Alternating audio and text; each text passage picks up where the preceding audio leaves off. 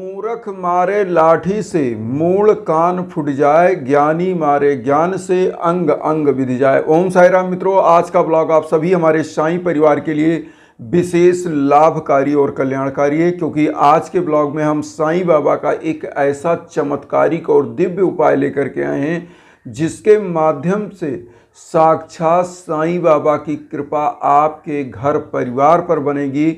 आपके घर की दुख दरिद्रता निर्धनता, आपके घर परिवार में जो कलह का वातावरण है, आपके घर परिवार में जो एक शत्रुता का भावना चल रहा है, शत्रु बाधा चल रहा है, या दाम्पत्य जीवन का कष्ट चल रहा है, या युवा बच्चे बच्चियां जिनकी शादियां सही समय पर नहीं हो पा रही हैं और विलंबता के कारण आप लोग टेंशन में रहते हैं, तो वह सभी समाप्त होगा। बस करना क्या है, साईं बाबा को कैसे प्रसन्न करना है, क्योंकि यह उपाय गुरुवार का है।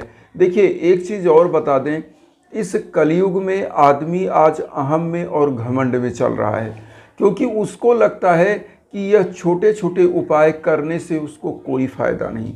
तो अहम और घमंड का त्याग करना पड़ेगा, श्रद्धा और सबरी रखना पड़ेगा, जो हमारे साईं ने कहा है। और साईं बाबा के अगर जीवन को हम देखें तो एक बहुत ही सरल और बहुत ही सौम्य जीवन था, जो लोगों के रिच में था, लोगों के पहुंच में था। जो भी व्यक्ति चाहता था वह साईं बाबा तक पहुंच सकता था, क्योंकि जैसे नदी होती है, फल फूल होते हैं पेड़ों में फले हुए, पेड़ कभी रोकता नहीं कि आप मेरा फल मत खाओ। आप पेड़ को लगाइए, पेड़ आपको अमृत के जैसा फल। नदियां हैं, नदी कभी ये कहते नहीं कि मेरा एक लोटा जल मत पीजिए। हमेशा एक लोटा आप पीते हैं, लेकिन उसमें कभी घटता नहीं है, पता ही नहीं चलता एक लोटा आपने पिया है। इसी प्रकार से जो परम पिता परमेश्वर होता है, जो एक ऐसी ऊर्जा है, ऊर्जा का पिंड, उस परम पिता परमेश्वर के अकॉर्डिंग जब हम काम करते हैं, प्रसन्नता का मतलब क्या है कि हम उस प्रभु के अकॉर्डिंग जब काम करते हैं तो वह प्रसन्न होते हैं। तो करना क्या है, कैसे करना है, ये हम बताएं, क्योंकि हमारे साईं का जो जीवन था वो सभी के लिए सर्व सुलभ था, और उसी सुलभता के लिए हमको उपाय करना है। उपाय कैसे करना है, और उपाय बताने से पहले सबसे पहले हम अपने सभी साईं भक्तों तो ये बता दें कि देखिए, साईं बाबा के यहाँ जब साईं बाबा अपने यहाँ बैठते थे, चावड़ी में या अपने यहाँ दीक्षितवाड़ा में या कहीं भी, तो उनके सम्मुख एक धूनी प्रज्वलित होती थी, और उस धूनी का जो राख होता था, बाबा उसी धूनी की राख को लोगों को देते थे। इसीलिए आज भी आप जानते हैं साईं बाबा के यहाँ शिरडी की जो ऊदी होती है सबसे अमृत के समान होती है। अगर आपके घर में ऊदी नहीं है तो आप जो पूजा करते हैं उस अगरबत्ती का, जो हवन करते हैं उस हवन की राख का यूज ऊदी के समान कर सकते हैं। मस्तक पर लगाइए, थोड़ा सा जबान पे लगाइए, और निश्चित रूप से कल्याण होता है। इसीलिए जो हम यज्ञ याचन हवन की बात करते हैं वह धूनी के ही समान ऊर्जा आप तक पहुंचाती, क्योंकि उसमें साईं महामंत्र का जाप हो करके और आप तक वह ऊर्जा पहुंचती है। जब आपके नाम से हवन प्रज्वलित होता है, जब आपके नाम पर संकल्प होता है, तो आपके घर परिवार के जितने भी बिगड़े काम हों, चाहे वह कोई भी बाधा हो, असफलता आपको मिल रही है, परिवार में लड़ाई झगड़ा चल रहा है, कलह चल रहा है, शत्रु बाधा चल रहा है, किए कराई की बाधा, कुछ भी हो, वह सब भी समाप्त होता है। तो आइए जानते हैं उपाय। देखिए, साईं बाबा को प्रसन्न करने का जो उपाय है, सबसे पहले तो आप सभी लोग जानते होंगे कि साईं बाबा खुद ही खिचड़ी बनाते थे, अपना खाते थे, लोगों को खिलाते थे और पशु पक्षियों को भी खिलाते थे। तो सबसे पहला काम क्या करिए, चाहे वह माताएं हों चाहे भाई बंधु हों, अपने हाथों से प्यार से खिचड़ी बनाएं और खिचड़ी का भोग लगाएं बाबा को पूजा करते समय। और उस दिन साईं, जैसे गुरुवार जो होता है, साईंवार कहिए, गुरुवार कहिए, बृहस्पतिवार कहिए, थर्सडे कहिए, आप जो कह सकें, इस दिन आपको करना क्या चाहिए कि बृहस्पतिवार को आप साईं बावनी, साईं चालीसा, 11 वचन आरती जरूर करें। अगर साईं सच्चरित्र पढ़ सकते हैं, एक चैप्टर पढ़ें, या सप्ताह पारायण भी अगर आप स्टार्ट करना चाहते हैं तो गुरुवार से आप स्टार्ट करिए। अब आपको करना क्या है, आप हर गुरुवार चाह लें तो एक संकल्प के साथ, जो भी मन में संकल्प है वह संकल्प लें, खिचड़ी अपने हाथों से बनाए, चाहे माताएं बहनें हों, चाहे भाई बंधु हों, अपने हाथों से बना सके, अपने हाथों से, या पत्नी बना सके, बच्चे बना सके, जो भी बना सके, प्यार से आप भोग लगाइए बाबा को।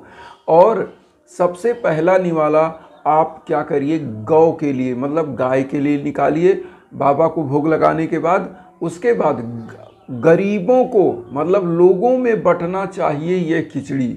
जितना लोगों में बंट जाएगा उतना ही आशीर्वाद बाबा की और प्रसन्नता बाबा की होगी, आपके घर परिवार पर कृपा होगी। और उसके बाद इसी खिचड़ी का खुद भी आहार करें। और देखिए उसके बाद क्या होता है, नारियल, अगर आप यह कर सकते हैं तो पूजा के बाद आपको एक चीज़ और करना चाहिए, बाबा की पूजा में एक नारियल भी चढ़ा सकते हैं। क्योंकि बाबा की कहानी अगर आपने पढ़ा होगा तो एक ऐसे ही सज्जन थे जो बाबा के लिए नारियल लेके जा रहे थे, उन्होंने खुद फोड़ के खा लिया था। लेकिन वह चीज़ आपने देखा होगा कि जब वह बाबा के दरबार में पहुँचे तो बाबा ने मांगा कि अरे वो नारियल जो आप मेरे लिए ला रहे थे वो कहाँ गया। क्योंकि बाबा तो अंतर्यामी थे, वो लोग समझ गए कि बाबा ने तो सब कुछ देख लिया है। तो वो नारियल भी बाबा को बहुत ही प्रसन्न है। और हिंदू परंपरा में हर पूजा पाठ में नारियल को विशेष महत्व दिया जाता है। इसीलिए नारियल को श्रीफल भी कहा जाता है, मतलब साक्षात लक्ष्मी का प्रतीक माना जाता है नारियल को। इसीलिए आपने देखा होगा कलश के ऊपर या बहुत सारे मंदिरों में नारियल फोड़ा जाता है। तो आपको नारियल जटा वाला लेना है और उस नारियल में पानी होना चाहिए। उस नारियल को हिला के देख लीजिए, वो हरा वाला नारियल ना ले लीजिएगा, जो पानी पीते हैं वो वाला नारियल नहीं चाहिए, वह नारियल चाहिए जो जटा वाला होता है। हम स्क्रीन पर भी दिखा दे रहे हैं, ये नारियल आप देख लीजिए।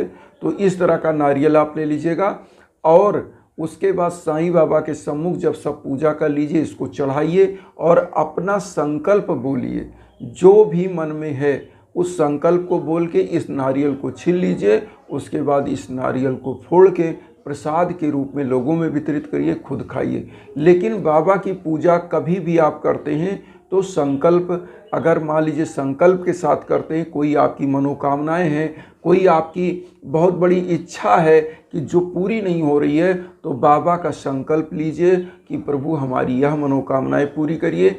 आप जैसे व्रत रहना चाहते हैं तो कोई 5 बृहस्पतिवार, 7 बृहस्पतिवार, 9 बृहस्पतिवार, 11 बृहस्पतिवार, जैसा जो रख सके वैसा व्रत आप रख सकते हैं। तो यही बाबा को प्रसन्न करने का सबसे अच्छा जरिया है। और एक चीज़ मैं और बताऊं, बाबा को प्रसन्न करने के लिए बहुत सारे लोग कहते हैं पालक चढ़ाने के लिए। पालक क्या होता है, जो हरी पालक होती है, इस पालक को चढ़ाने के बाद अगर कोई नीडी व्यक्ति जिसको इस चीज़ की आवश्यकता है, उस पालक को आप दान कर सकते हैं। उस पालक को आप नहीं दान कर सकते तो किसी गौ माता को खिला सकते हैं, क्योंकि गौ माता के शरीर में समस्त देवताओं का वास माना गया है। इसीलिए हमारे यहाँ जो गौ है वह माता के समान मानी जाती है, जो हमारी पालक है, हमारी संरक्षक है, हमारे हर प्रकार से वह सेवा करती है, अपना पूरा जीवन समर्पित करती है। तो हमारा भी फर्ज बनता है कि हम भी कुछ सेवा करें। इसीलिए साईं बाबा के दरबार में आप देखोगे तो साईं जीवों के प्रति दया की भाव सिखाते हैं। और साईं बाबा के सच्चरित्र में जो चीज़ें लिखी हैं अक्षर सह सत्य हैं। क्योंकि देखिए, जो हमारे संतों का जीवन है, अगर उनके जीवन से 1% भी हमने सीख लिया तो हमारा जीवन तर जाएगा, हमारा जीवन एक प्रकार से कृतार्थ हो जाएगा। तो इसलिए हम लोगों को संतों के जीवन से कुछ सीखना चाहिए। और एक चीज़ और हम कहना चाहेंगे कि हम सभी लोग जितना लोगों का सेवा सत्कार कर सकें, गरीबों दीन दुखियों को दान दक्षिणा कर सकें, वह सभी को करना चाहिए, जो यथाशक्ति आप कर सकें। कोई परेशान हो करके करने की ज़रूरत नहीं है। यहाँ पर एक चीज़ हम फिर कहेंगे कि आप लोगों के जीवन में जब भी कोई भीषण बाधा आए, कष्ट आए, किसी भी प्रकार की कोई दिक्कत है, आप बिजनेस में असफल हो रहे हो, बच्चे बच्चियों की शादियों में दिक्कत आ रही है, संतान प्राप्ति में दिक्कत आ रही है, तो हवन यज्ञ याजन जरूर कराएं। क्योंकि इसकी ऊर्जा अदृश्य ऊर्जा होती है, जो कि रामायण में लिखा है कि ईश्वर किस प्रकार से है। बिनुपग चले सुने बिनुकाना, आनन रहित सकल रस भोगी, बिन बानी भक्ता बड़ जोगी।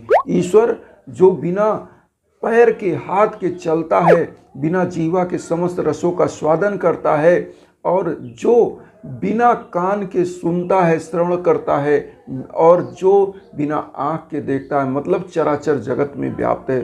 तो जब हम गरीबों की, दीन दुखियों की सेवा करते हैं तो ईश्वर आप तक पहुंचता है। यज्ञ याजन जब होता है तो वह ऊर्जा अदृश्य रूप में आप तक पहुंचती, क्योंकि ईश्वर अदृश्य है, वह दिखता नहीं है, उसका अनुभव होता है। साईं बाबा की 11 वचन में भी यही बात कही गई है कि मुझे सदा जीवित ही जानो, अनुभव करो सत्य पहचानो। तो अनुभूति का विषय होता है ईश्वर, ना कि दिखने लगता है।